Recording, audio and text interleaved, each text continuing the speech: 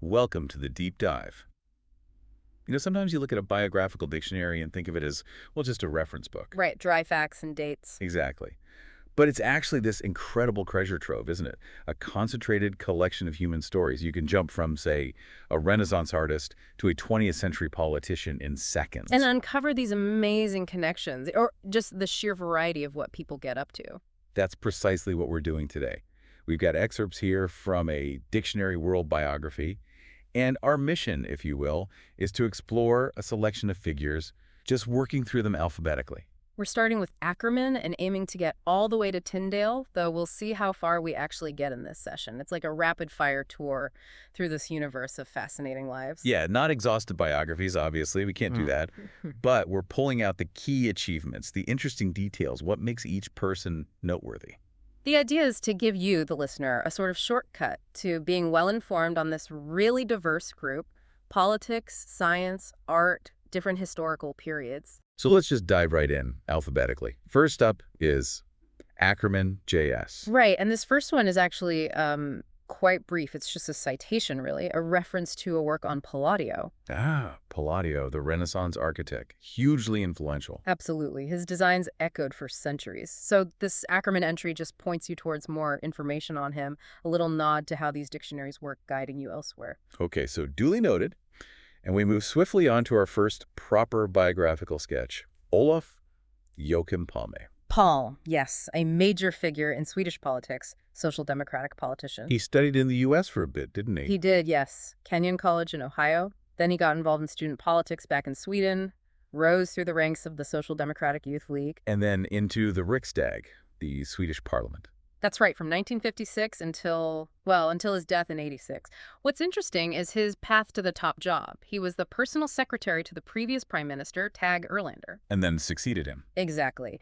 Prime minister from 1969 to 76, and then again from 1982 until, tragically, 1986. Ah, yes, his assassination. A really shocking event. It was assassinated in Stockholm, a very stark reminder of the risks that sometimes come with high political office. Indeed.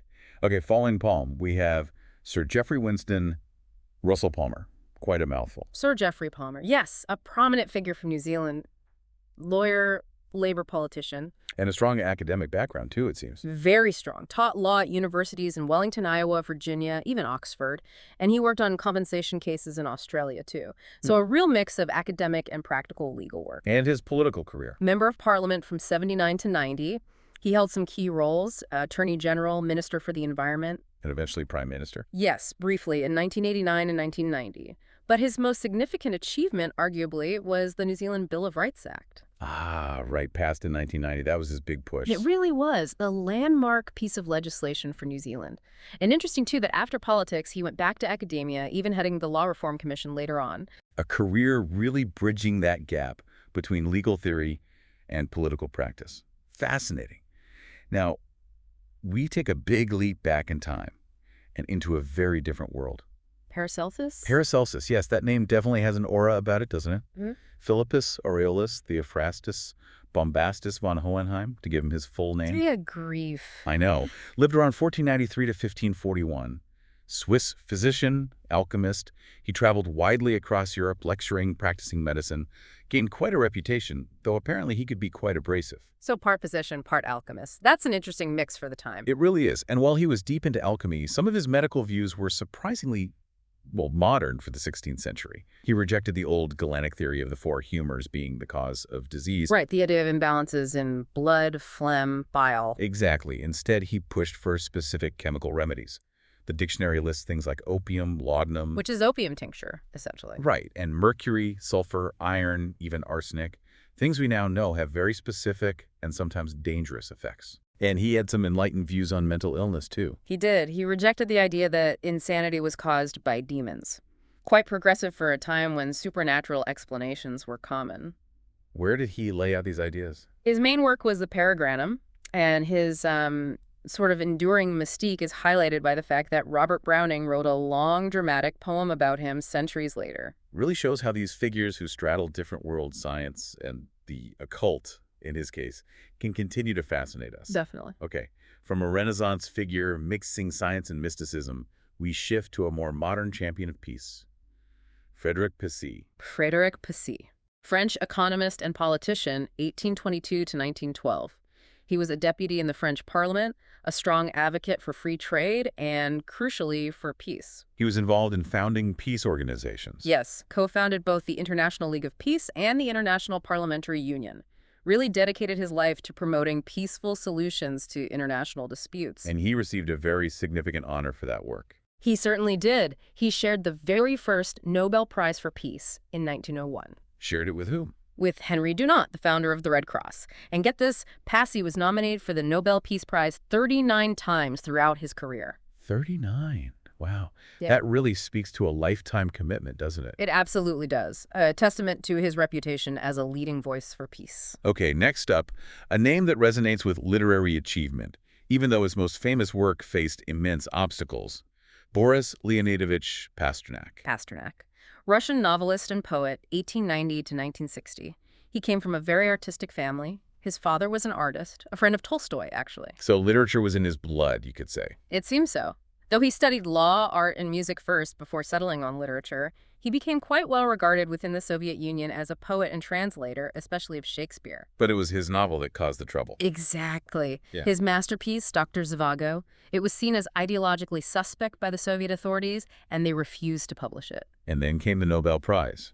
Yes, he won the Nobel Prize for Literature in 1958, but the Soviet government pressured him into declining it, a really stark example of the constraints on artists under that regime. A classic and sad story of art versus the state. Okay, our alphabetical journey moves on to a figure who fundamentally changed the course of a major world religion, St. Paul. Paul, the apostle of the Gentiles. Wow. Yes, his importance in Christianity is just immense. The dictionary rightly highlights his pivotal role. He essentially transformed Christianity from a Jewish sect into a universal religion that spread across the Roman world. His letters, the epistles, are such a core part of the New Testament. Absolutely. And the bibliography provided in the dictionary, entry listing works by various scholars, just points to the vast amount of study dedicated to his life, his writings, his missionary journeys, and his huge theological influence. Definitely a figure you could spend a lifetime studying. Moving forward, we encounter a Russian Tsar, Paul I. Paul I reigned 1796 to 1801, a complex character, son of Peter III and Catherine the Great. Though there are some doubts about his paternity. Apparently so. The entry mentions speculation that Catherine's lover, Sergei Saltykov, might have been his father. Adds a layer of intrigue, doesn't it? His relationship with his mother, Catherine, was famously strained. Which likely affected his reign. What were his key actions? Well, he established a clear law of succession based on primogeniture, trying to avoid the power struggles that had happened before. Foreign policy-wise, he was all over the place. How so? Initially allied with Britain and Austria against revolutionary France. Then in 1800, he completely flips, supports Napoleon, and even considers this wild plan to send a Cossack army to invade British India. A Cossack invasion of India. Seriously. Seems so, though it never happened. Domestically, he released some political prisoners his mother had locked up, tried to curb the power of the nobility, and brought in army reforms. Kutuzov, the famous general, benefited from his patronage. But the reforms weren't universally popular. No, particularly the army ones seen as too focused on parades and uniforms. And Paul himself, described as idealistic, but also suspicious, capricious, vindictive. Which led to His assassination in 1801, a conspiracy of officers and nobles. And there are suggestions his son and successor, Alexander the Thirster, might have known about the plot. A pretty grim end. a turbulent reign ending tragically.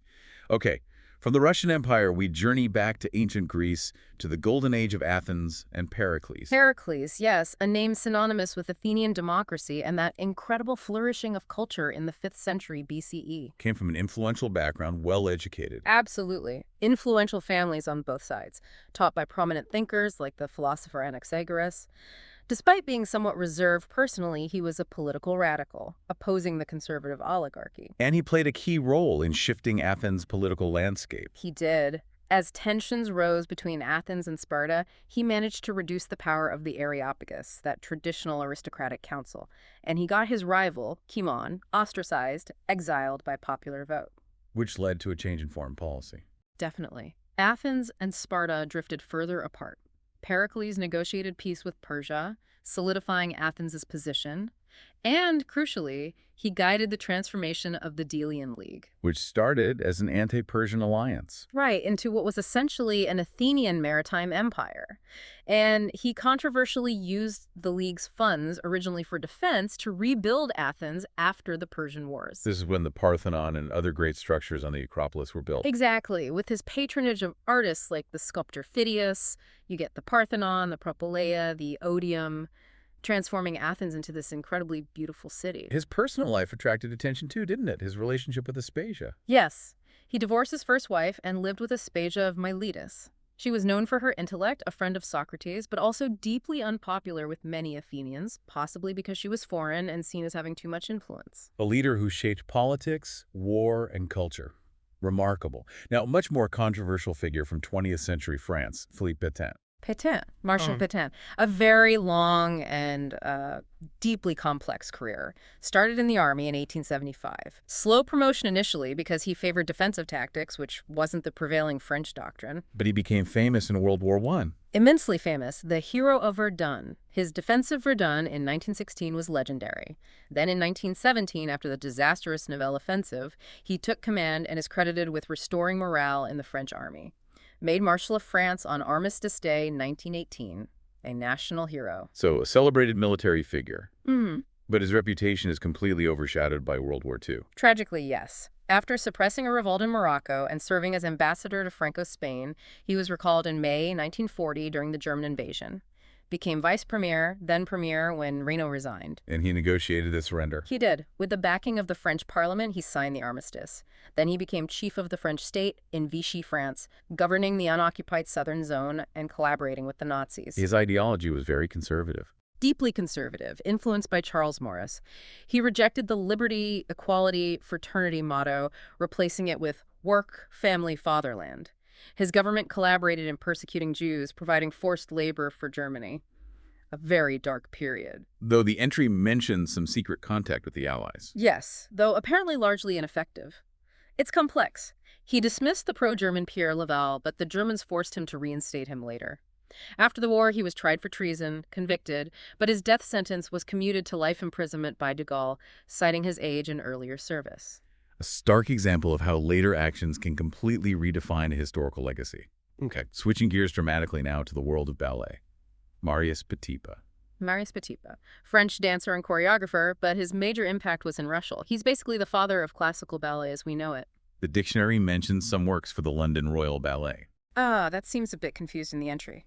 Le Loup and Ballabille are much later 20th century works, not by Petipa. His real legacy comes from his time as ballet master at the Imperial Theaters in St. Petersburg in the 19th century. Creating the classics. Exactly. Think The Sleeping Beauty, The Nutcracker with Ivanov, Swan Lake, also largely Ivanov, but Petipa did key parts, Don Quixote, La Bayadère, Raymonda. The list goes on. These are the cornerstones of the classical repertoire. And the references to Cyrano de Bergerac and Notre Dame de Paris in the 1950s and 60s. Also incorrect for Marius Petipa, who died in 1910. Those must be later ballets by other choreographers. Petipa's genius was in codifying the classical technique, the structure of the grand pas de deux, the use of the corps de ballet. He set the standard. A true giant of dance. Okay, next, another titan, this time in poetry and scholarship. Petrarch. Petrarch, Francesco Petrarca, born 1304, widely seen as the father of Italian humanism, that great Renaissance movement focusing on classical learning. He lived in Avignon for a time, when the popes were there. Yes, his family moved there. He studied law but wasn't keen, took minor orders, and then famously, in 1327, saw Laura in church in Avignon. Laura, the inspiration for his famous love poems. The absolute core inspiration for his canzoniere, his songbook. Hundreds of poems, mostly sonnets, dedicated to her, both during her life and after her death in 1348, which devastated him. And he perfected the sonnet form. He didn't invent it, but he used it so masterfully and extensively that it became known as the Petrarchan sonnet, that octave and sestet structure. Hugely influential on later poets, including in England. But his contemporaries admired him even more for his scholarship. That's right. While we remember the love poetry, he was celebrated then for reviving interest in classical Rome. He hunted down forgotten manuscripts in monasteries, rediscovered letters by Cicero. A huge contribution. And this led to fame and patronage. Absolutely. Patronage from powerful families like the Colonna. He corresponded widely, retired to Vaucluse in France for a while, worked on his Latin epic Africa about Scipio Africanus. And he received the laurel crown. Yes, a huge honor. Invited by both Paris and Rome, crowned in Rome in 1341. But this fame seemed to trigger some introspection. His work De Contemptu Mundi is an imaginary dialogue with St. Augustine, questioning his worldliness and love for Laura. So a complex inner life alongside the public acclaim. Very much so. Laura's death, the failure of his friend Colladirian's attempt to restore a Roman republic, these things led to some pessimism. He met Boccaccio, advocated for peace between Venice and Genoa, died in Arquois near Padua in 1374, supposedly found with his head resting on a book. A fitting end for such a dedicated scholar and poet. Okay, leaping forward centuries now to modern architecture. Renzo Piano. Renzo Piano, Italian architect, born 1937, came to international fame quite early, really. The Pompidou Center in Paris. Exactly, that was the big one, designed jointly with Richard Rogers, whom we'll get to later. Won the competition in 71. Very radical, very controversial at the time, with all the pipes and structure on the outside. Now it's an icon. And he's done many other significant buildings since. Oh yes. The Menil Collection in Houston, known for its use of natural light. The Bercy 2 shopping center in Paris. The Zentrum Paul Klee in Switzerland, beautifully integrated into the landscape. The Auditorium Parco della Musica in Rome, a really diverse and impressive portfolio. Definitely a major force in contemporary architecture. Moving on, we have Astor Pantaleon Piazzolla. Piazzolla. The name immediately brings tango to mind, doesn't it? Argentinian composer, born 1921. Though he grew up partly in New York. Yes, his family were Italian migrants, moved to New York when he was young. That's where he learned the bandinai, that essential tango instrument, became a master. And he studied in Paris. With the legendary Nadia Boulanger. Apparently, she encouraged him to embrace his Argentinian roots, not just imitate European classics. And that led to Tango Nuevo. Exactly. His revolutionary fusion, he took traditional tango, blended it with jazz harmonies, classical structures, more improvisation, really elevated it to a concert art form. And he was incredibly prolific. Amazingly so. The entry mentions around 3,000 compositions, including film scores. A huge influential body of work that completely transformed tango. A true musical innovator. Okay, next up, a foundational figure in Western philosophy. Plato. Plato, where do you even begin? His influence is just immense. Almost all his work survives, mostly as dialogues featuring his teacher, Socrates. Which raises that perennial question. Yeah. How much is Socrates? How much is Plato? Exactly. It's a constant debate. Plato uses the Socratic method in the dialogues, that process of questioning, cross-examination, dialectic, pushing people towards clear definitions and understanding. Not just laying down dogma. No. Though certain dialogues explore key themes. The Republic famously discusses justice, the ideal state, the idea of the philosopher king. The Timaeus deals with cosmology. Yes, drawing on Pythagorean ideas about the universe's structure. It had a huge influence later on Neoplatonism and even early Christian theology. And the Symposium. About love. Yes, a brilliant literary dialogue about the nature of love, featuring Socrates, Aristophanes, Alcibiades. It's incredibly rich. But Plato's most famous contribution is probably his theory of forms, or ideas. Right. This core idea that the physical world we perceive is just a shadow of a higher, eternal, unchanging reality, the realm of the forms. The form of goodness, beauty, justice. These are the true realities. And the highest form is the good. Yes, the ultimate source of all truth and value. Understanding it is the goal of philosophy, the key to virtue. But practically, since perfect understanding is maybe impossible, we need to live according to our true nature, guided by the laws of that ideal state he outlines in the Republic. Ideas that have echoed down through millennia. Incredible. Okay, shifting tone quite dramatically now to Edgar Allan Poe. Poe. American writer, poet, master of the dark, the macabre, the mysterious. His short stories are legendary. The Fall of the House of Usher, The Pit and the Pendulum, The Telltale Heart. Chillin' stuff. Absolutely. And also The Murders in the Rue Morgue, often cited as one of the very first detective stories, using logic to solve a crime. Then you have The Purloined Letter, The Gold Bug, The Cask of Amontillado. And his poems, The Raven, Annabel Lee. Hauntingly musical. His mastery of rhythm and meter is incredible. That sound quality deeply influenced Baudelaire and the French symbolists. His impact went far beyond America. A unique and enduring literary voice. Okay, next, a French polymath, Henri Poincaré, scientist and mathematician. Poincaré, a truly brilliant mind, 1854 to 1912. Trained as a mining engineer but quickly moved into academia. Taught physics at Caen, then Paris. His main work was in mathematics, field of functions. Yes, he developed really important techniques using partial differential equations to analyze complex functions. He called them Fuchsian and Kleinian functions. Yeah. Very abstract stuff. Followed work by Hermite on non-Euclidean geometry and quadratic forms. Studied integral curves, too. And he was interested in probability. Yes, wrote a key book on it. But later in his career, his thinking became more philosophical, questioning the foundations of Newtonian physics. Getting towards relativity. Exactly. He was grasping key concepts, like the impossibility of observing absolute motion, realizing it had to be relative. This was around the same time Einstein was developing his theories. Wow. And he was a good writer, too. Apparently exceptionally gifted at explaining complex ideas, with real insight into the creative process of mathematical discovery itself, a rare combination of talents. A remarkable intellect, bridging maths and physics. Moving on to an English chemist, George Porter, Baron Porter of Luddenham. George Porter. Born 1920, studied at Leeds and Cambridge, taught at Sheffield, became director of the Royal Institution in London, a very prestigious post. And his big contribution was flash photolysis. That's right, a groundbreaking technique using short, intense light pulses to initiate chemical reactions and then study the incredibly fast intermediate steps. It allowed scientists to understand reaction mechanisms much better. And that won him the Nobel Prize. Yes, shared the Nobel in chemistry in 1967. But he was also known for being a great popularizer of science writing, television appearances, made complex ideas accessible. And president of the Royal Society, too. Yes, and many other honors. Order of Merit, a peerage, the Copley Medal, a major figure in British science. A brilliant researcher and communicator.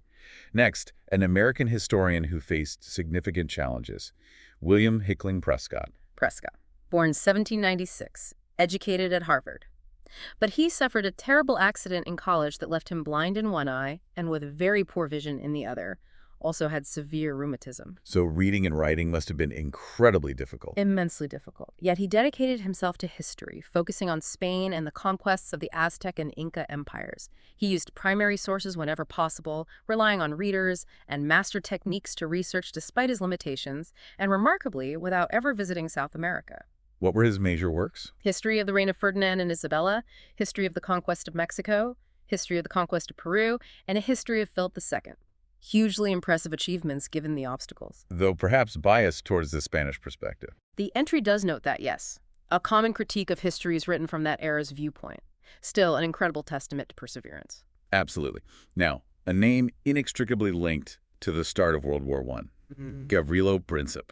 Gavrilo Princip, Bosnian Serb nationalist student, member of the Black Hand, that secret Serbian society aiming for South Slav unification. And he was the assassin in Sarajevo. Yes. On June 28, 1914, he assassinated Archduke Franz Ferdinand of Austria-Hungary and his wife Sophie. That event, as we know, was the spark that ignited the First World War. What happened to Princip and the others involved? 15 were arrested, 6 were executed. Princip himself was too young for the death penalty under Austro-Hungarian law at the time. He was imprisoned but died of tuberculosis in prison in 1918, before the war ended. A single act with such catastrophic global consequences. Okay, moving on to Matthew Prior, an English poet and diplomat. Matthew Prior, 1664 to 1721. Came from humble beginnings, a joiner's son, but got a good education thanks to Lord Dorset's patronage. Became a diplomat. Yes, served as secretary to the ambassador in Holland, caught the eye of William of Orange. He played a key role in negotiating the Treaty of Utrecht in 1713, ending the War of the Spanish Succession. It was even nicknamed Mat's Peace.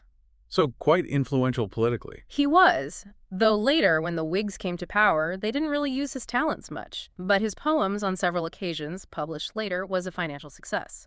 He was known for his wit, good company, and also wrote successful light verse and burlesques. A man of letters and politics. Next, V.S. Pritchett. Sir Victor Sodden Pritchett, 1900 to 1997, highly regarded English author and literary critic. Wrote biographies. Yes, very well-regarded ones on Balzac, Turgenev, Chekhov. Also wrote his autobiography, numerous essays, and, perhaps most famously, his short stories, which are considered among the best in the English language, awarded the Companion of Honor. A significant figure in 20th century English literature. Now, back to philosophy and late antiquity. Proclus. Proclus. Greek philosopher, 410 to 485 CE. Came from a wealthy family, studied widely, became a leading figure in Neoplatonism. And he was known for synthesizing beliefs. Took it to an extreme, apparently, trying to integrate all existing religious and philosophical systems, used complex classifications, drawing on mystical ideas and applying logical, almost Euclidean methods to subdivide everything, gods, demons, the Neoplatonic concepts of intellect and soul, into this incredibly elaborate hierarchy descending from the ultimate one. Sounds incredibly complex. Did he have followers? No direct successors who followed his exact system, it seems. But his ideas, that hierarchical structure, had an indirect influence on later thinkers like Descartes and Spinoza. The entry even suggests he sort of anticipated deism, lived an ascetic life, saw Plato as a theologian, but was himself initiated into pagan mysteries, a real synthesizer. Fascinating blend of philosophy and mysticism. Moving on to William Prout, an English chemist and physician. Prout, 1785 to 1850, made some key early discoveries in biochemistry. He was the first to identify hydrochloric acid in stomach secretions, crucial for understanding digestion. And he classified food components. Yes, made that fundamental division into proteins, fats, and carbohydrates. That work on digestion won him the Copley Medal. He also improved the barometer and coined the term convection for heat transfer in fluids. Laid some important groundwork.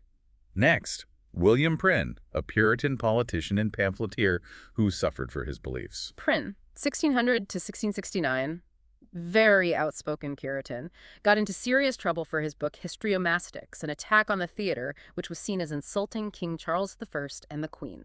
What happened to him? Savage sentence from the Star Chamber Court. Imprisonment, a huge fine, and his ears were partially cut off. Ouch. And that wasn't the end of it. No. He wrote more pamphlets attacking Archbishop Laud, got hauled up again, fined again, the rest of his ears cut off, and branded on the cheeks SL for seditious libeler. Brutal. But he was eventually released. Yes, in 1640, as things heated up towards the Civil War, became an MP, supported Parliament, but then got kicked out during Pride's Purge because his views clashed with the army radicals. Still kept writing, though. Oh yes, pamphlets against the army, against Cromwell's regime, got imprisoned again under Cromwell. Then, with the restoration of Charles II, his fortunes changed. He supported the restoration, got rewarded as keeper of the records at the Tower of London. Also did valuable historical work despite the turmoil. An incredibly turbulent life, driven by conviction. Okay, now a contemporary novelist, Philip Pullman. Sir Philip Pullman. Born 1946, best known, of course, for the His Dark Materials trilogy. Northern Lights, The Subtle Knife, The Amber Spyglass. Hugely successful, critically acclaimed fantasy for young adults, but read widely by adults too. Absolutely. Complex themes, rich world building. He also wrote the controversial novel The Good Man Jesus and the Scoundrel Christ, reinterpreting the Gospels. And he's working on the Book of Dust trilogy, set in the same world as His Dark Materials. A major voice in contemporary fiction. Next, William Pulteney, 1st Earl of Bath, an 18th century politician. Pulteney, 1684 to 1764. Whig MP, initially a supporter of Robert Walpole, who basically became Britain's first prime minister. But they fell out. Big time. Pulteney came to see Walpole as corrupt and led the opposition against him for years, the Patriot Whigs. He was a powerful orator. Did he succeed in bringing Walpole down? Yes, Walpole resigned in 1742. Pulteney then accepted a peerage, becoming Earl of Bath. But ironically, despite being key in Walpole's downfall, Pulteney himself narrowly missed becoming prime minister twice. Close, but no cigar. Yeah. Okay, now a dynasty. The Qin dynasty of China. The Qin dynasty, also spelled Qin. A really pivotal, though short-lived, period in Chinese history, 221 to 206 BCE, founded by Qin Shi Huang. The first emperor, and he's our next entry. Indeed. Qin Shi Huang, born Yingzheng, became king of the Qin state young, then conquered the other warring states to unify China for the first time. And he established a very authoritarian regime. Very much so, with his minister Li Su. Centralized power, standardized writing, weights, measures, coinage, even axle widths. And the Great Wall. Yes, famous for the rapid construction of the Great Wall, but also rigorous censorship, burning books, persecuting scholars, especially Confucians, imposed heavy taxes, forced labor. So, a unifier, but a ruthless one. That's the traditional view, yes, though modern perspectives sometimes emphasize the unification aspect more positively. He died while traveling, and the dynasty collapsed soon after. And of course, the Terracotta Army. Discovered in 1974 near his tomb, thousands of life-sized warriors, an astonishing find that brought him back into the global spotlight. His actual tomb remains unexcavated. A truly monumental figure. Okay, moving on to François Rabelais. Rabelais. French writer and physician, roughly 1494 to 1553, famous for his sprawling, satirical, often bawdy masterpiece Gargantua and Pantagruel. A work known for its linguistic inventiveness and humor. Absolutely. And its satire of institutions. The dictionary entry points to a critical study by M.A. Screech for more depth. A literary giant. Next, Isidor Isaac Rabi. Rabi, Austrian-born American physicist, professor at Columbia University. His major work was on the magnetic properties of atomic nuclei. How did he study that? He developed and perfected the molecular beam resonance method, a really ingenious technique for making incredibly precise measurements of those properties. And that led to a Nobel Prize. Yes, Nobel Prize in Physics in 1944. His work was fundamental for nuclear physics and quantum mechanics, and paved the way for things like MRI technology later on. Groundbreaking work. Okay, next, Yitzhak Rabin. Rabin, Israeli soldier and labor politician. Born in Jerusalem 1922, had a long military career, rose to chief of staff during the Six-Day War. Then moved into politics and diplomacy. Yes, ambassador to the U.S., then leader of the Labor Party, served as prime minister twice, also minister of defense for a long stretch. And he's most remembered for the Oslo Accords. Absolutely. The historic agreement signed with the PLO in 1993. A major step towards peace, granting limited self-government in Gaza and Jericho in return for PLO recognition of Israel. Which earned him the Nobel Peace Prize. Shared with Yasser Arafat and Shimon Peres in 1994. But tragically, his efforts faced intense opposition. Leading to his assassination. Yes, assassinated in 1995 by an Israeli extremist who opposed the peace process. A terrible loss. A leader who took huge risks for peace. Next, Sergei Rachmaninoff. Rachmaninoff. Russian composer and pianist, 1873-1943. A giant of late Romanticism, famous for his recordings preserving his own interpretations. And apparently he rated his conducting highly. He did, though he turned down the Boston Symphony Orchestra conductor job 3 times. Maybe preferred composing and playing. His later works, after leaving Russia. Things like the Fourth Piano Concerto, the hugely popular Rhapsody on a theme of Paganini, the Third Symphony, the symphonic dances. His music remains incredibly popular. Why do you think that is? The melodies are just so powerful, memorable, intense emotion, from deep melancholy to soaring passion. And the piano writing is just dazzling, virtuosic, but deeply expressive. Enduring appeal. Okay, next, Leopold von Ranke. Von Ranke, German historian, 1795-1886, a truly pioneering figure in developing modern historical methodology. Focus on primary sources. Exactly. Rigorous archival research, critical evaluation of sources, aiming to write history as it actually was, wie es eigentlich gewesen ist, revolutionized the discipline. Set the standard for historical research. Next, Arthur Ransome. Ransome, English writer, 1884-1967.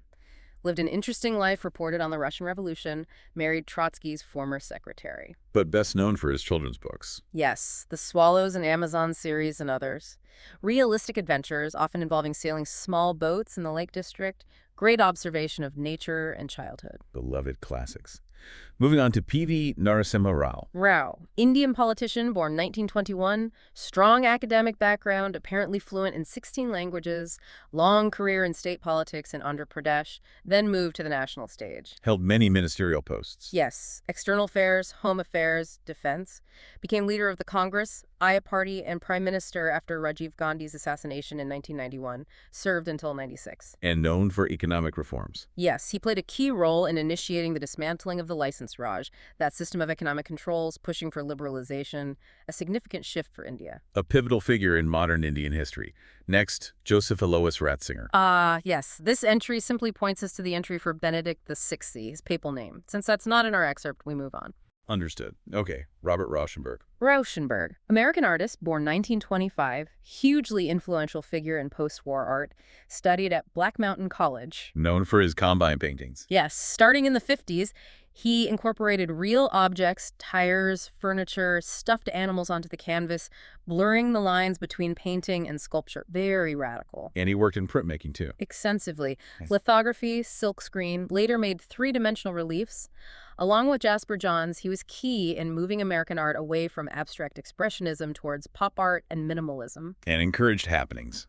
Yes, those spontaneous performance art events, a real innovator across different media. Definitely pushed artistic boundaries. Next, Satyajit Ray. Ray, celebrated Indian film director, internationally acclaimed. The dictionary lists many of his famous films. The Apu trilogy, Pather Panchali, Aperhito, The World of Apu. Right. Also, The Music Room, Charlotta, The Chess Players, The Home in the World. He received an honorary Academy Award for Lifetime Achievement. A true master of cinema. His films offered such deep humanism. Okay, Ronald Reagan. Reagan, 40th U.S. President, 1981-1989, came to politics after a career as a film actor and governor of California. Known for conservative policies. Yes, Reaganomics tax cuts, reduced government spending, deregulation, and a strong anti-Soviet stance during the late Cold War, the Evil Empire speech. Key events during his presidency. The Iran-Contra affair was a major scandal, but also crucial arms control talks with Gorbachev, which helped ease Cold War tensions. A very consequential presidency. Shaped America and the world in significant ways.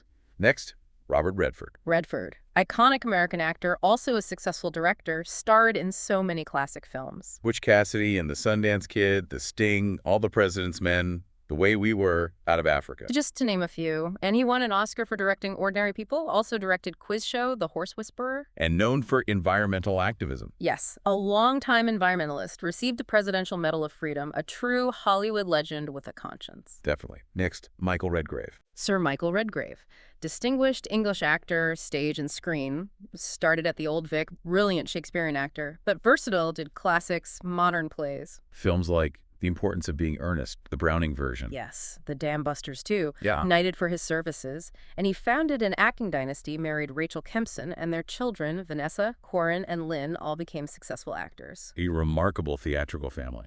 Moving on to Piri Reis. Piri Reis, Turkish admiral and cartographer, died 1554.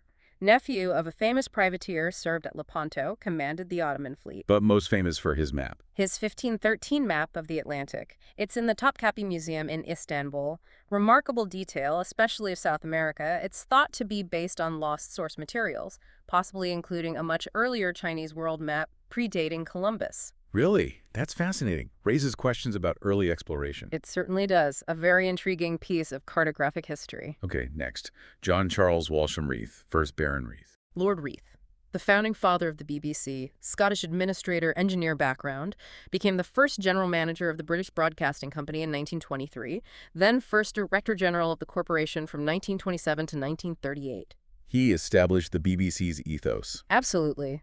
Integrity in news, the mission to inform, educate, entertain. Hugely influential, but also known for being autocratic, rather puritanical. And his diaries revealed some troubling views. Yes, admiration for Hitler and Mussolini in the 30s. A complex figure. Knighted, got a peerage, briefly a minister under Churchill, shared various boards. The annual Reith Lectures are named in his honor. Shaped a major institution, but a complicated legacy. Next, Paul Revere. Paul Revere, American silversmith, patriot. Famous, of course, for his midnight ride in April 1775, warning colonists about the approaching British troops before Lexington and Concord. A legendary moment in the American Revolution. Became a symbol of American resistance. The dictionary mentions a biography for more detail. Okay, next, Paul Reynaud. Reynaud, French politician, lawyer, served as finance minister, became premier of France in March 1940, right as the German invasion was overwhelming the country. Tried to rally resistance with Churchill. Yes, but faced a divided cabinet, many urging surrender. He resigned in June 1940, replaced by Marshal Pétain, who signed the armistice. Reynaud was detained by the Germans but survived the war and returned to politics later. A leader facing impossible circumstances. Now F. Richards. Another brief one, just a reference to his autobiography published in 1952. No further details here. Okay, moving on to I.A. Richards. Ivor Armstrong Richards, English literary critic, 1893 and 1979. Taught at Cambridge and Harvard, a key pioneer of new criticism. Focused on close reading of the text itself. Exactly. Advocated a more objective, analytical approach to literature. He also worked with C.K. Ogden on Basic English, that simplified language system. Very influential in shaping modern literary studies. Next, Henry Handel Richardson. Pen name of Ethel Florence Lindsay Richardson. Australian novelist, born 1870. Moved to Europe to study music, married a philologist, then focused on writing. What are her main works? Her first novel, Maurice Guest, was set in Leipzig's music scene. The Getting of Wisdom was semi-autobiographical and quite successful, later filmed. Her major work is the trilogy The Fortunes of Richard Mahoney. Based on her father's life. Loosely, yes. Set during the Australian Gold Rush. Her work often explores themes of tragedy and the challenges individuals face. Apparently, she hoped for a Nobel Prize, but never got one. A significant Australian literary voice. Next, M.B. Ridgway. Another reference entry points to his memoir Soldier, published in 1956. We don't have details on who he was from this excerpt. Understood. Laura Riding is next. Laura Riding, later Jackson. American poet and critic, educated at Cornell, known for her close collaboration with Robert Graves from 1926 onward. And also a pioneer of new criticism. Yes, alongside Ira Richards and others, focused on the text, objective analysis. Key figures in that critical movement. Now, Nicholas Ridley. Ridley. English Protestant martyr, lived around 1500 to 1555. Strong supporter of Reformed doctrines, became Bishop of Worcester, then London under Edward VI.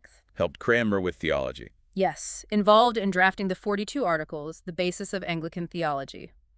But when the Catholic Queen Mary came to the throne, his fortunes changed drastically. He supported Lady Jane Grey. Yes. So he was arrested, tried for heresy along with Latimer and Cranmer, refused to recant his Protestant faith. And burned at the stake. Yes, in Oxford in October 1555 with Latimer, became a major martyr of the English Reformation. A grim reminder of those religious conflicts. Next, Malcolm Rifkind. Sir Malcolm Rifkind, contemporary British conservative politician born 1946, educated in Edinburgh, long-serving MP. Held major cabinet posts. Yes, Secretary of State for Defense and later Foreign Secretary, a very prominent figure in conservative government. Indeed. Next, Sviatoslav Teofilovich Richter. And again, a cross-reference points us to the entry for Sviatoslav Richter, the more common spelling. Not in our excerpt, unfortunately. Okay. Moving on to Bridget Riley. Bridget Riley. British painter, born 1931, associated with the op art movement, gained international recognition in the early 60s. Optical art. Yes. Her work uses lines, shapes, contrasting colors, often black and white, to create illusions of movement, vibration, instability. Explores how we perceive things visually. Awarded the Companion of Honor. Creates a real dynamic effect on the canvas. Next, Maximilien Robespierre. Robespierre. French lawyer, revolutionary, a radical Jacobin leader during the French Revolution, central and deeply controversial figure during the Reign of Terror. A name synonymous with that period. Absolutely. The dictionary mentions biographical studies and symposium proceedings, showing the ongoing intense historical interest and debate surrounding him. Understandably so. Now, Robert III. Another cross-reference points us to Robert the Bruce, King of Scots, whom we'll presumably encounter later if the alphabet continues. Okay. Robert II is next, though. Robert II, King of Scots, 1371-1390. He was the first king of the Stuart dynasty, later Stuart. His claim came through his mother, Marjorie Bruce, daughter of Robert the Bruce. Served as regent for David II earlier. Founder of a major royal dynasty. Next, Frederick Sleigh Roberts, 1st Earl Roberts. Field Marshal Lord Roberts, 1832-1914. Hugely distinguished British military career, served extensively in India and Afghanistan. Commanded in the Boer War. Yes, sent out in 1899 as commander-in-chief and really turned the tide against the Boers, capturing Pretoria. Succeeded Wolseley as overall commander-in-chief of the British Army. Received many honors. Oh yes, made an earl. First recipient of the Order of Merit. Later campaigned, unsuccessfully, for conscription before World War I. Died visiting troops in France during the war, had the longest list of post-nominal letters in British history. Quite the decorated soldier. Next, Paul Robeson. Robeson, extraordinary figure. American singer, actor, athlete, scholar, activist. Powerful bass baritone voice, successful stage and film career, broke barriers. And a strong political activist. Very much so. Championed civil rights, international causes. His sympathies towards the Soviet Union led to him being blacklisted during the McCarthy era. A huge talent who faced significant adversity for his beliefs. A powerful voice in art and activism. Next, Flora Robson. Dame Flora Robson, respected English actor. The entry mentions a biography exists, but no specific details on her roles are given here. Okay. Michel Rocard is next. Rocard, French socialist politician, born 1930, educated at ENA, held various ministerial roles, prime minister under Mitterrand from 1988 to 1991, though their relationship was apparently complex. Known for environmental work. Yes, played a key role in organizing the moratorium on mineral exploration in Antarctica. Also led the Socialist Party for a time. A significant figure in French politics. Next, Richard Rodgers. Rodgers, American composer, synonymous with the golden age of musical theater, famous collaborations first with Lorenz Hart, then Oscar Hammerstein II. And the shows. Pal Joey, Oklahoma, South Pacific, The King and I, The Sound of Music. Just an incredible string of hits. His music is absolutely embedded in popular culture. Unforgettable melodies. Next, Auguste Rodin. Rodin, towering figure in French sculpture, 1840 and 1917, broke from academic tradition, often seen as paving the way for modern sculpture. Influenced by Michelangelo and Gothic art. Yes. Visited Italy deeply impressed by the Renaissance masters, but also saw himself as a latter-day Gothic artist, focusing on emotional expression, texture, light, and shadow, rather than just smooth classical forms. What are his most famous works? The Thinker, The Kiss, both originally part of his massive lifelong project, The Gates of Hell, also The Burghers of Calais, Danaid. His personal life was complicated. Yes, intense affairs with Camille Claudel and Gwen John, politically conservative. Rilke was his secretary for a while. He sculpted many famous contemporaries, gifted sculptures to Britain during WWI, and donated his remaining works to France, forming the Musée Rodin. A revolutionary sculptor. Now, Richard Rogers. Sure, Richard Rogers, British architect, born 1933. As we mentioned with piano, they jointly won the Pompidou Center competition. Other famous buildings. The Lloyd's Building in London, the Millennium Dome, Terminal 4 at Barajas Airport in Madrid, known for functionalism, often bold, high-tech designs. Won the Pritzker Prize, received a peerage. Another architectural giant. Next, Frederick Rolfe, Baron Corvo. Rolfe, or Baron Corvo as he styled himself, eccentric English writer, best known for his novel Hadrian VII, where a character much like himself becomes pope. A unique figure. Very. The dictionary points to biographical studies, including the classic The Quest for Corvo. His work is unusual, autobiographical, often exploring ambition and disappointment. And literary original. Next, Romain Rolland. Roland, French novelist, biographer, essayist, 1866-1944, won the Nobel Prize for Literature in 1915. Wrote biographies of artists. Yes, Beethoven, Michelangelo, Tolstoy. His major novel is the huge 10-volume Jean Christophe about a German musician. And he was a pacifist. Strongly opposed World War I, spent the war in Switzerland writing essays arguing for peace, collected as Above the Battle. An engaged intellectual. Next, Pierre de Ronsard. Ronsard, French Renaissance poet, 1524-1585. Leader of the Pléiade group, who aimed to elevate French literature by emulating classical and Italian models. Hugely influential on French poetry. A key figure in the French Renaissance. Now, Wilhelm Conrad Röntgen. Röntgen, German physicist, 1845-1923, famous for his accidental discovery in 1895 of X-rays. Exactly. While experimenting with cathode rays, he noticed a nearby fluorescent screen glowing, realized some invisible penetrating rays were being emitted, called them X-rays, revolutionized medical diagnosis almost overnight. And won the first Nobel Prize for Physics. He did, in 1901, a truly world-changing discovery. Absolutely. Next, Franklin D. Roosevelt. FDR, 32nd U.S. President, 1933-1945, previously governor of New York. Led the U.S. through the Great Depression with his New Deal programs and through most of World War II. Key initiatives like Social Security. Right, a transformative figure in American history. The dictionary provides an extensive bibliography showing just how much has been written about it. A giant of the 20th century. Next, Theodore Roosevelt. TR 26th, U.S. President, 1901-1909. Energetic personality. Came from a wealthy New York family, reformer, rancher, Rough Rider in the Spanish-American War, governor of New York. Became president after McKinley's assassination. Yes, known for his square deal, domestic policies, trust-busting, conservation, and his assertive, speak softly and carry a big stick foreign policy involved in the Panama Canal construction. A dynamic figure. Ethel Rosenberg is next. Ethel Rosenberg, American citizen convicted, along with her husband Julius, of espionage for the Soviet Union during the Cold War. A very controversial case. Extremely.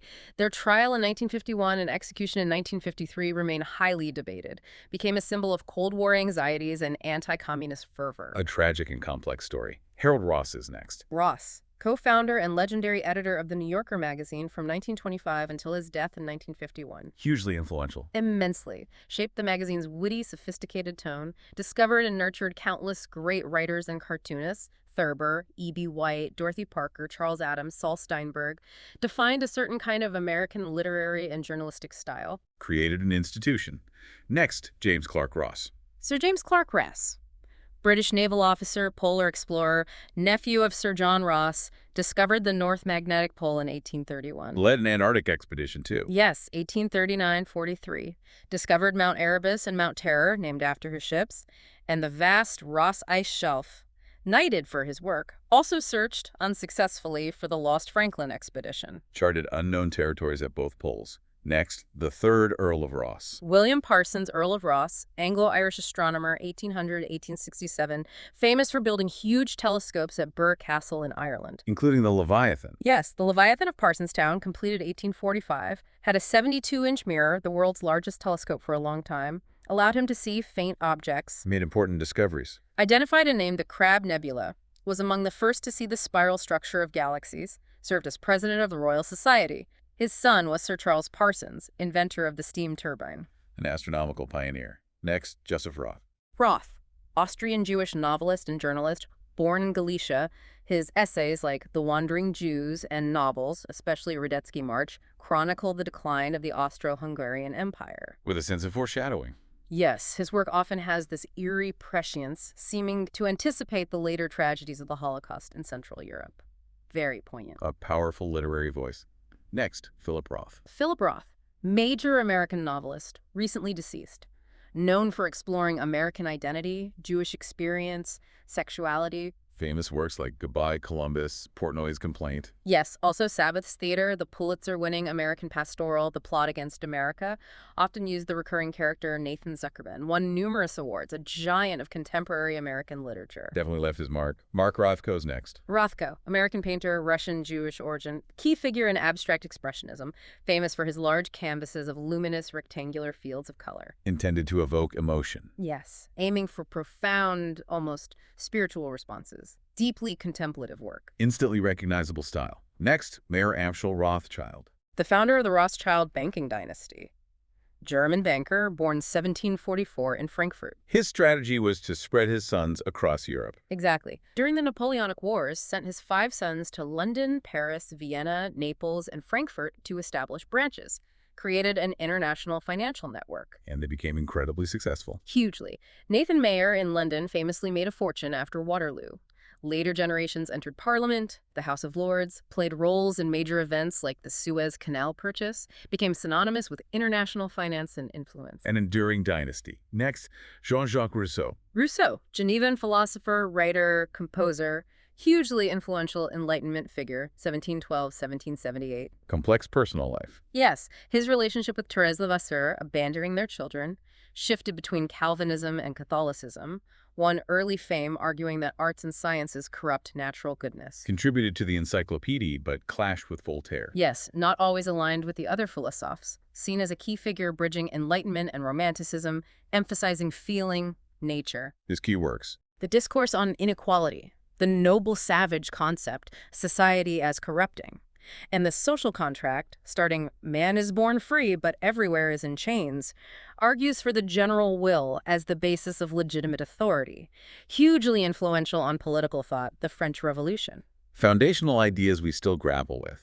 Seabohm Rowntree is next. Rowntree, English social reformer, industrialist from the chocolate family, famous for his detailed surveys of poverty in York at the turn of the 20th century. His research had a real impact. Absolutely. Provided crucial evidence about the extent and causes of poverty, raising public awareness and strongly advocating for social welfare reforms, helped pave the way for the British welfare state. Used data for social change. Next, A.L. Rowse. Rowse. Prolific English historian, also novelist, poet, critic, known for his working-class origins and his often opinionated views. Wrote extensively on Shakespeare, Marlowe, Swift, the Churchills, over 100 books. Awarded the Companion of Honor. A distinctive voice in historical writing. Ségolène Royal is next. Royal. Prominent contemporary French socialist politician. Educated at ENA. Served multiple terms as a deputy, held various ministerial posts. Ran for president. Yes. Was the socialist nominee in 2007, lost to Sarkozy, long-term partner of François Hollande, later served as his minister for ecology, a significant figure in recent French politics. Indeed. Edmond Rubra is next. Rubra. English composer, 1901–1986, studied with Vaughan Williams and Holst, wrote 11 symphonies, concertos, choral, and chamber music. Taught at Oxford, influenced by earlier polyphonic composers, Renaissance and Baroque, maintained his own voice, largely unaffected by more radical modern trends, often quite reflective music. A respected 20th century English composer, Peter Paul Rubens. Rubens, Flemish Baroque painter, diplomat, scholar. 1577-1640, a true giant of art history. Trained, then spent time in Italy studying Renaissance masters like Titian, Tintoretto, developed his vibrant, dynamic Baroque style. Ran a huge studio back in Antwerp. Yeah. Immensely productive. Court painter to the Spanish governors. His studio churned out religious works, battles, portraits. He was also a skilled diplomat, undertook missions to France, Spain, England, knighted by Charles the Serf. Has famous assistants. Yes, like Van Dyck, Bruegel. Married Helena Formant later in life, his paintings became perhaps more personal, sensual, ranked among the greatest artists for his technique, energy, observation, inventiveness. A master of the Baroque. Next, Andrei Rublev. Rublev, Russian icon painter, late 14th, early 15th century, trained in the Byzantine tradition but developed a more serene, humanistic style. Famous for his icon of the Holy Trinity. Tarkovsky made a famous film about him. A key figure in Russian Orthodox art. Kevin Rudd is next. Rudd, Australian Labour politician. Educated at ANU, became a diplomat, served in Sweden and China, speaks Mandarin, entered federal politics. Became prime minister. Yes, defeated John Howard in 2007, served until 2010, then had another brief stint as PM in 2013, made enemies within his own party, which led to his removal. A recent figure in Australian politics, Gary Runciman, is next. Briefly mentioned as a sociologist, and the nephew of the historian Sir Stephen Runciman, who follows next. Okay, so now Sir Stephen Runciman. Runciman. Distinguished English historian, known for his major works on the Crusades and the Byzantine Empire, particularly the Fall of Constantinople, 1453. Awarded the Companion of Honor. An authority on medieval history. Next, Gerhard von Rundstedt. Von Rundstedt, German field marshal, prominent in World War II, from a Junker military family, commanded army groups in Poland, France, southern Russia. Involved in key campaigns. Yes. Later transferred to the West to command forces against the Allied invasion. Briefly replaced, then recalled. Oversaw the last German offensive, the Battle of the Bulge. Considered one of Germany's most capable generals, though the Babi Yar massacre occurred under his command.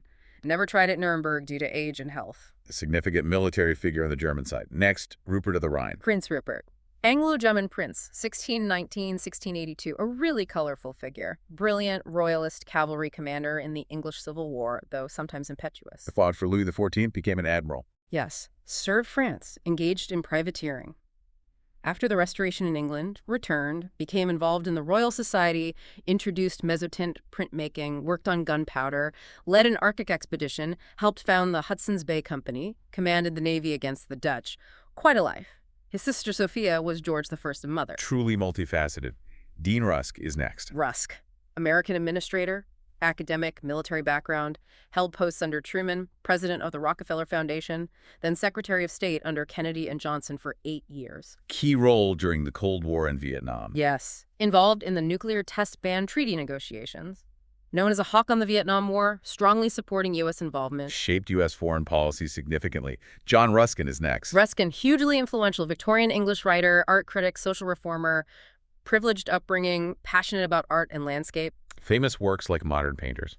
Yes. Started as a defensive turner, became a major work on art principles. Also, the Seven Lamps of Architecture, the Stones of Venice, championed Turner and the Pre-Raphaelites, active in social reform, suffered psychological troubles later in life. A major Victorian intellectual force.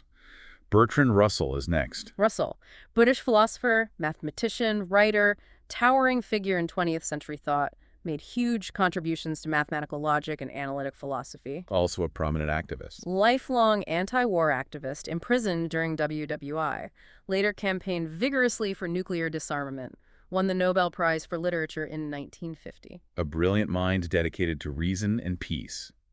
Ernest Rutherford is next. Lord Rutherford, New Zealand-born British physicist, father of nuclear physics, groundbreaking work on radioactivity, discovered the nuclear structure of the atom. Won the Nobel Prize in Chemistry. Yes, in 1908. Headed the Cavendish Laboratory at Cambridge, making it a world-leading center for physics. His work was fundamental to later developments, including atomic energy. Revolutionized our understanding of matter.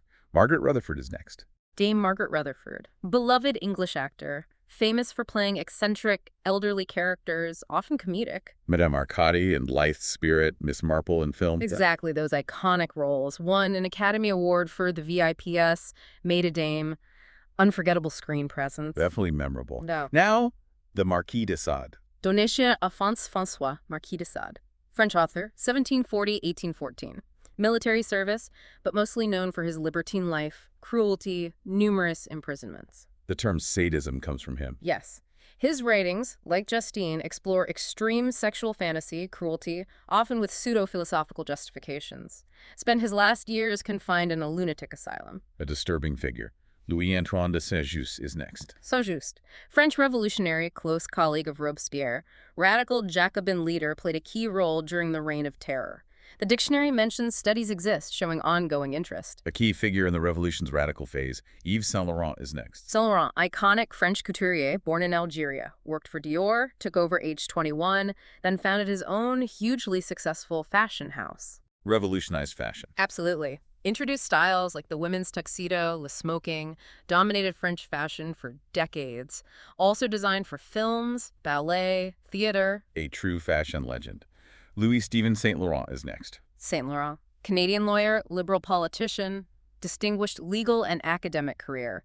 Recruited into government, served as Minister for Justice, then External Affairs, succeeded Mackenzie King as Liberal leader and Prime Minister, served until defeated by Diefenbaker in 1957. Led Canada through post-war growth. Abbé de Saint-Pierre is next. Abbé de Saint-Pierre, French political theorist, 1658-1743.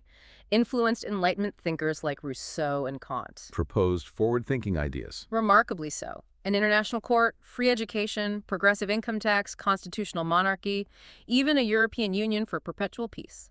Visionary for his time. Ideas that still resonate. Camille Saint-Saëns is next. Saint-Saëns, prolific French composer, pianist, organist, infant prodigy, highly regarded performer praised by Liszt, also writer, linguist, scientist. Famous works like Samson et Dalila. Yes, his most popular opera, also the Organ Symphony, and the Carnival of the Animals, though mostly not performed in his lifetime except for the Swan, taught Fauré, clashed with Debussy and Stravinsky. A versatile musical talent. Next, Saki. Saki, pen name of Hector Hugo Munro, Scottish author, born in Burma, journalist, political satirist, correspondent, famous for his witty, elegant, often darkly humorous short stories, died in WWI. Master of the short story with a twist.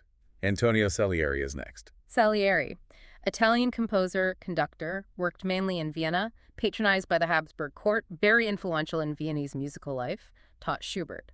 Often portrayed as Mozart's rival, but the reality was likely more complex. A key figure in Vienna's musical scene. Paul Anthony Samuelson is next. Samuelson, hugely influential American economist, professor at MIT, advocated Keynesian ideas, wrote the standard textbook Economics, advised Kennedy and Johnson, won the Nobel Prize in Economics in 1970. Shaped modern economic thought. William Sancroft is next. Sancroft, English prelate, rose to Archbishop of Canterbury after the Restoration, led the 7 bishops who petitioned James II against the Declaration of Indulgence, a key step towards the Glorious Revolution. Who refused to swear allegiance to William and Mary. Yes, as a non-juror, he felt bound by his oath to James II, deprived of his see as a result, stood on principle. A man of conscience in turbulent times. Antonio Lopez de Santa Anna is next. Santa Anna, colorful, dominant, often erratic figure in 19th century Mexican history. President 11 times. Yeah. Shifted between liberal and conservative. Involved in the Alamo and the U.S.-Mexican War. Yes. Victory at the Alamo, defeat by Houston. Led Mexican forces against the U.S., resulting in large territorial losses, periods of dictatorship, exile, return. A very dramatic career. Central to Mexico's tumultuous 19th century. Nicolas Sarkozy is next. Sarkozy, contemporary French politician. President of France 2007-2012, conservative policies. Defeated Ségolène Royal in the 2007 election. A recent figure in French leadership. Girolamo Savonarola is next. Savonarola, Dominican friar, religious reformer in Renaissance Florence, fiery preacher against corruption. Gained huge influence after the Medici were expelled. But clashed with the church. Yes, criticized the Pope, advocated for austerity, eventually excommunicated, arrested, tortured, and executed by burning. A powerful but ultimately tragic figure. A dramatic chapter in Florentine history.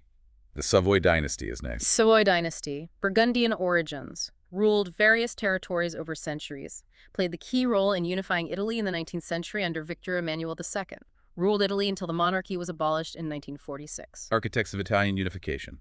Maurice, Comte de Saxe is next. Marshal de Saxe, celebrated 18th century military commander, illegitimate son of August II of Saxony, served under Marlborough and Prince Eugene, later a Marshal of France, won major victories in the War of the Austrian Succession, like Fontenoy. Wrote on military theory too. A renowned soldier of his era.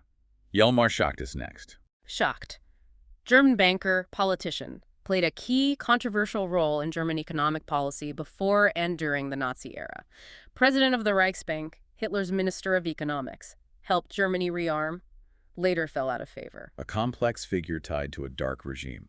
Simon Schama is next. Sir Simon Schama, acclaimed Anglo-American historian, known for engaging books like Citizens, Landscape and Memory, Rembrandt's Eyes, and popular TV documentaries like A History of Britain. Makes history accessible and compelling.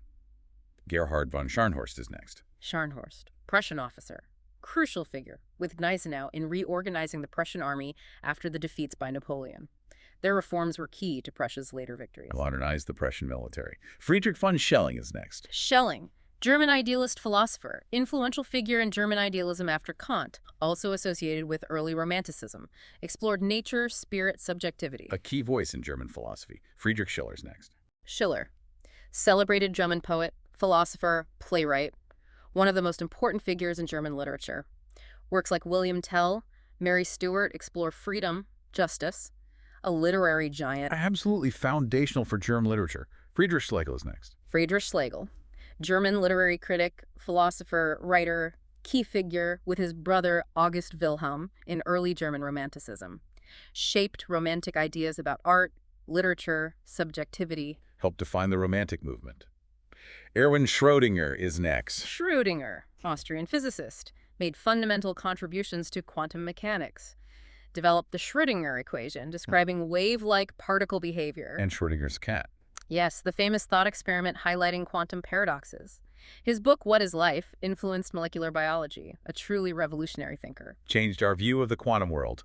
Franz Peter Schubert is next. Schubert, beloved Austrian composer, early romantic, tragically short life, but incredibly prolific. Symphonies, operas, masses, chamber music, and hundreds of beautiful lieder songs. Capture the Viennese spirit. Perfectly. Combined romantic feeling with classical form. Extraordinary melodic gift. Timeless music. Yes. Robert Schumann is next. Schumann, German composer, pianist, central figure of musical romanticism. Innovative piano work, symphonies, chamber music songs. Also an important music critic. Defined the romantic sound. Tito Schwann is next. Schwann, German physiologist, worked with Miller, discovered pepsin, worked on fermentation, sterilization. Most famous for his crucial contributions to cell theory showing plants and animals are made of cells, coined metabolism. Revolutionized biology. Albert Schweitzer is next. Schweitzer, remarkable individual, theologian, philosopher, physician, musicologist, famous for his missionary hospital in Lambaréné, Africa, developed the philosophy of reverence for life, won the Nobel Peace Prize. A great humanitarian. Scipio Africanus is next. Scipio Africanus, celebrated Roman general, defeated Hannibal at the Battle of Zama, ending the Second Punic War. Petrarch wrote an epic poem about him, a Roman hero. Secured Rome's dominance. Robert Falcon Scott is next. Scott, British naval officer, Antarctic explorer, led expeditions, including the ill-fated Terra Nova expedition, reached the South Pole after Amundsen, tragically died with his party on the return journey. His diaries tell a moving story of heroism and endurance. A poignant tale of exploration. Sir Walter Scott is next. Scott, Scottish writer, poet, historian, popularized the historical novel with his Waverley novels Ivanhoe, Rob Roy, etc. Immensely popular, brought Scottish history and legend to life, made a baronet. Invented a genre, really. M.A. Screech is next. As noted earlier, Screech wrote a study of Rabelais. Right. Adam Sedgwick is next. Sedgwick, English geologist, clergyman, professor at Cambridge, made contributions to stratigraphy. Famously, Charles Darwin was one of his students. Taught a future revolutionary thinker. Sir Charles Sedley is next. Sedley, English poet, dramatist of the Restoration, part of that witty libertine circle around Buckingham and Rochester, known for charming lyrics, translations, plays influenced by Molière. A voice from Restoration England. Andrés Segovia is next. Segovia, Spanish classical guitarist, considered the greatest of his time, elevated the guitar to the concert stage, focused on Spanish music, inspired composers, made transcriptions, ennobled in Spain. Made the guitar a serious concert instrument. Selim I is next. Selim IX, Ottoman Sultan, reigned 1512-1520, expanded the empire significantly, conquering Syria, Egypt, the Hejaz, took the title of Caliph, father of Suleiman the Magnificent. Paved the way for the Ottoman Golden Age. Amartya Sen is next. Sen, Indian economist, philosopher, highly influential work on poverty, inequality, social choice theory, developed the capabilities approach to measuring well-being, won the Nobel Prize in Economics. Profoundly shaped development economics. Don Stevenson Ayake is next. Senanake, Ceylonese Sri Lankan politician, leader of the independence movement, became the first prime minister of newly independent Ceylon in 1948. His son Dudley also served as PM later. Father of Sri Lankan independence. Georges Seurat is next. Seurat, French post-impressionist painter, developed pointillism, or divisionism, applying small dots of pure color. Famous works like A Sunday Afternoon on the Island of La Grande Jatte gave ordinary scenes a sense of monumental calm. A unique scientific approach to painting. Alexander Severus is next. Another cross-reference pointing to an entry not in our excerpt. Okay. Septimius Severus is next. Septimius Severus, Roman emperor, reigned 193–211 CE, North African origin. Seized power in civil war, campaigned successfully against Parthia, strengthened frontiers, completed Hadrian's Wall in stone, died in York during a campaign in Scotland, founded the Severan dynasty. Consolidated power and expanded the empire. Marquise de Sévigné is next. Madame de Sévigné, French noblewoman, famous for her witty, spontaneous letters to her daughter, providing a vivid picture of Parisian society under Louis XIV. A priceless glimpse into that world. William Henry Seward is next. Seward, prominent American Republican politician, governor of New York, senator, lost the presidential nomination to Lincoln, but served as his crucial Secretary of State through the Civil War. Oversaw the purchase of Alaska. Yes, Seward's folly, bought from Russia in 1867, proved a wise move, key figure in a critical period. Definitely. William Shakespeare is next. Shakespeare, well, what can you say? English poet, playwright, actor, widely regarded as the greatest writer in the language. Dates of plays uncertain. Quartos, published in his lifetime, then the crucial first folio collected edition in 1623 by his colleagues Heminges and Condell. The foundation of English literature. Bernard Shaw is next. George Bernard Shaw, Irish playwright, critic, polemicist, witty satirical plays addressing social issues, Nobel Prize for Literature winner, hugely influential on modern theater. Challenged audiences with wit and ideas. Lionel Shriver is next. Shriver, contemporary American-British novelist, known for tackling complex, often controversial social and ethical issues in novels like We Need to Talk About Kevin. A provocative modern voice. Yeah. George Pratt Schultz is next. Schultz, American administrator, held multiple high-level cabinet posts, Labor, OMB, Treasury under Nixon, then Secretary of State under Reagan. Extensive experience in government and business. A seasoned public servant. Jean Sibelius is next. Sibelius, Finnish composer, late Romantic, early modern, strongly associated with Finnish national identity, famous for his symphonies and tone poems like Finlandia. Captured the spirit of Finland in music. Walter Sickert is next. Sickert, English painter. Influenced by Impressionism, co-founded the New English Art Club, known for urban scenes, often with a gritty realism, bridged Impressionism and modern British art. A key transitional figure. Saint Simeon Stylites is next. Simeon Stylites, Christian ascetic, 4th, 5th century, famous for living for decades on top of a pillar, stylos in Greek, an extreme form of devotion that inspired others. An extraordinary feat of asceticism. Charles Simic is next. Simic, Serbian-American poet, essayist, migrated to the U.S., won the Pulitzer Prize for The World Doesn't End, U.S. Poet Laureate, known for his surreal, imagistic, economical style. An acclaimed contemporary poet. O.J. Simpson is next. Simpson, legendary American football player, later broadcaster and actor. His later life tragically overshadowed by the murder of his ex-wife and her friend, his trial and acquittal, and the subsequent civil liability finding. A huge media saga. A story of fame and infamy. Archibald Sinclair, 1st Viscount Thurso, is next. Sinclair, Scottish Liberal politician, close associate of Churchill, MP, leader of the Liberals, Secretary of State for Scotland, then Secretary of State for Air in Churchill's wartime coalition. Played a key role during WWII. Ian McCann Sinclair is next. Sinclair, Australian National Party politician, lawyer, grazier, long-serving MP, held various ministries, led the National Party, chaired the Constitutional Convention on the Republic, served as Speaker, a major figure in Australian politics. A long and influential career. Sinan is next. Sinan, most famous Ottoman architect, served under Selim the Magnificent and his successors, designed hundreds of buildings, including magnificent imperial mosques like the Süleymaniye Camii in Istanbul, defined Ottoman architecture. An architectural genius. Sirhan Sloane is next. Sloane, Irish-born physician, collector. His vast collection of specimens, books, antiquities formed the foundation of the British Museum. Left an incredible legacy to the nation. Joe Slovo is next. Slovo, South African politician, born Lithuania, lawyer, leader in the South African Communist Party and the ANC's armed wing during apartheid, faced treason trial, exile, played a key role in negotiations ending apartheid, served in Mandela's government. Central to the anti-apartheid struggle. Adam Smith is next. Adam Smith, Scottish economist, philosopher, his 1776 work, The Wealth of Nations, laid the foundation for classical economics and capitalism. Ideas like the division of labor, the invisible hand, hugely influential. Foundational thinker for modern economics. William Strata Smith is next. Smith, English geologist, father of English stratigraphy, pioneered the use of fossils to correlate rock layers, faunal succession, created the first geological map of England in 1815, revolutionized geology. Unlock the story in the rocks. W. Eugene Smith is next. Smith, American photojournalist, famous for his powerful, empathetic photo essays for Life magazine, covering subjects like Schweitzer, Pittsburgh, Minamata mercury poisoning, used photography for profound social commentary. A master of visual storytelling.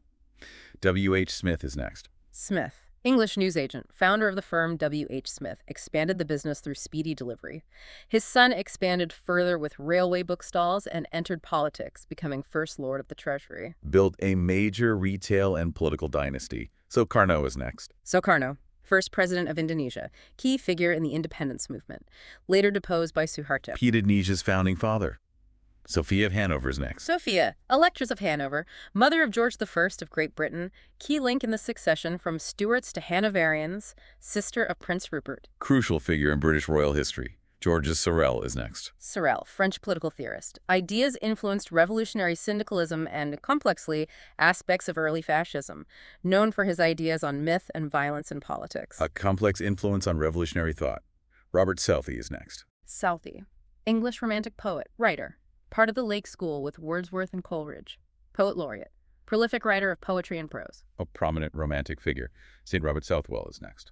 Southwell, English Jesuit priest, poet, martyr. Ministered secretly to Catholics in Elizabethan England. Wrote devotional poetry. Arrested, tortured, executed for treason. Canonized as a saint. Courageous figure of faith. Shamsuddin is next. Soutine, Russian Jewish French painter in Paris. Lived in hardship. Known for his convulsive, expressionist style, often depicting human depravity, carcasses, major influence on Francis Bacon. A powerful, visceral expressionist. Spain is next. Just a note connecting Spain to figures like Petain, ambassador there, Prescott, historian of Spain, and Franco. Historical connections. Sir Henry Spelman is next. Spelman, English antiquary, historian. Studied English medieval history and law, credited with introducing the term feudalism. His son John was also a historian. Shaped the study of medieval England. Sir Basil Spence is next. Spence, British architect. Most famous for designing the new Coventry Cathedral after the old one was bombed. Also designed the Beehive in New Zealand. President of RIBA, knighted OM. Architect of a post-war landmark. Herbert Spencer is next. Spencer, English philosopher, sociologist. Hugely influential proponent of social Darwinism, applying evolutionary theory to society. Major figure in 19th century thought. Applied Darwinism to society. Sabina Spielrein is next. Spielrein, Russian Jewish physician, psychoanalyst, early pioneer, close, complex relationship with Jung, patient, student, colleague, lover. Her research anticipated some of Jung's and Freud's later ideas, transformation, death drive. Died tragically during the Nazi era. Intriguing figure in early psychoanalysis. Baruch Spinoza is next. Spinoza, Dutch Jewish-Portuguese philosopher, excommunicated for his rationalist views. Lens grinder. Influenced by Stoics, Descartes. Developed a rigorous rationalist pantheistic system. Advocated freedom of thought, Libertas Philosophandi. Major work ethics published posthumously. A giant of rationalist philosophy. Ferdinando Stanley Lord Strange is next. Stanley, English nobleman, Earl of Derby. Patron of Elizabethan arts, Spenser, Marlowe, possibly Shakespeare. Supported the theater troupe Lord Strange's Men, held a place in the line of succession. Died mysteriously, possibly poisoned. Key patron in Elizabethan theater. Wilson Steer is next. Steer, English painter, co-founded New English Art Club with Sickert, taught at the Slade, influenced by Whistler, then Gainsborough, Constable, Impressionism, especially Monet. Also recalled Boucher, Pre-Raphaelites. Influential watercolorist, awarded OM. Bridged different styles in British art. Saul Steinberg is next. Steinberg, American cartoonist. Romanian-born, famous for his whimsical, surreal, philosophical drawings, often for The New Yorker, unique visual language. A master of the insightful cartoon, Gloria Steinem is next. Steinem, iconic American feminist writer, activist, co-founder of Mrs. Magazine, prolific author, leading voice for women's rights for decades. A central figure in modern feminism, George Steiner is next. Steiner, American Jewish Austrian philosopher, essayist, critic, born Paris, multilingual background, taught widely. Succeeded Edmund Wilson at The New Yorker. Books like Language and Silence, After Babel explored literature, culture, the Holocaust's impact. Profound, wide-ranging intellect. A major literary and cultural critic, George Stephenson is next. Stephenson, English railway engineer. Self-taught pioneer, built early colliery locomotives, then the first public steam railway, Stockton and Darlington. His engine, the Rocket, won the Rainhill trials for the Manchester-Liverpool line. Established the standard gauge. Father of the railways, Oliver Stone is next. Stone, American writer, film director, often controversial, won Oscars for writing Midnight Express, directing Platoon, Born on the 4th of July, directed films like JFK, Nixon, tackles political, historical subjects head-on. Provocative filmmaker, Marie Stopes is next. Stopes, English pioneer of women's rights, birth control advocate, first female science lecturer at Manchester, wrote influential book Married Love, founded Britain's first birth control clinic, also interested in eugenics, poetry, drama. Trailblazer for family planning. Earl of Strafford is next. Thomas Wentworth, Earl of Strafford, English statesman, key advisor to Charles I, Lord Deputy of Ireland, implemented thorough policy. Strong supporter of royal power. Impeached by Parliament and executed, contributing to tensions before the Civil War. Central figure in the lead-up to war, Lord Strange is next. As we noted, Ferdinando Stanley, patron of Elizabethan theater. Right. Strato of Lampsacus is next. Strato, Greek philosopher, succeeded Theophrastus as head of Aristotle's Peripatetic school. More materialistic view of nature than Aristotle. Believed soul was in the brain, accepted atomic theory, influenced Spinoza. Link in the philosophical chain. Oscar Strauss is next. Strauss, Austrian composer of Viennese operettas, famous for A Waltz Stream and The Chocolate Soldier, based on Shaw's Arms and the Man. Popular light opera composer, David Friedrich Strauss is next. Strauss, German biblical critic. His controversial Life of Jesus applied historical critical methods to the gospel, separating history from myth, caused huge theological uproar. Challenged traditional views of the Bible. Franz Josef Strauss is next. Strauss, prominent, powerful, often controversial post-war German politician from Bavaria. Minister of Defense, involved in Der Spiegel affair. Long-serving minister-president of Bavaria, unsuccessfully ran for chancellor. Major force in Bavarian and German politics. Igor Stravinsky is next. Stravinsky, Russian-born composer, one of the most influential of the 20th century. Diverse styles, early Russian ballets, Rite of Spring. Neoclassicism, serialism, revolutionized modern music. A true musical chameleon and innovator. August Strindberg is next. Strindberg, Swedish playwright, novelist, poet, intense psychological dramas exploring tormented relationships, plays like Miss Julie the Father are landmarks of modern theater.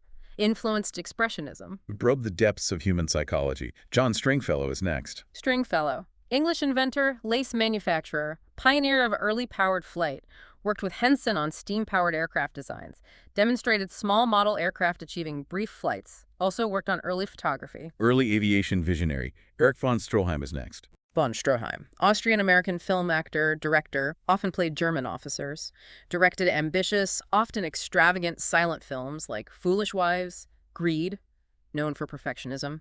Later acted in films like La Grande Illusion, Sunset Boulevard. Memorable figure from early Hollywood. Abbot Sugar is next. Sugar, French prelate, abbot of St. Denis, chief minister to Louis VI, oversaw the rebuilding of St. Denis Abbey Church in the mid-12th century, considered the start of the Gothic architectural style. Ushered in Gothic architecture. Suso is next.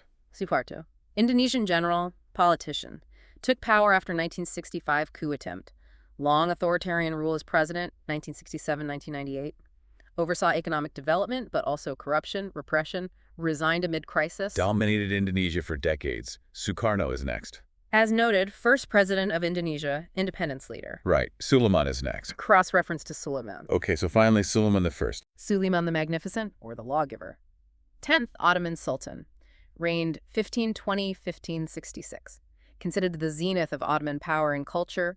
Major military conquests. Belgrade, Rhodes, Hungary, Baghdad, besieged Vienna, fleet dominated the Mediterranean, implemented legal reforms, great patron of arts, architecture. Sinan built the Suleimani Mosque during his reign. A truly pivotal ruler in Ottoman history.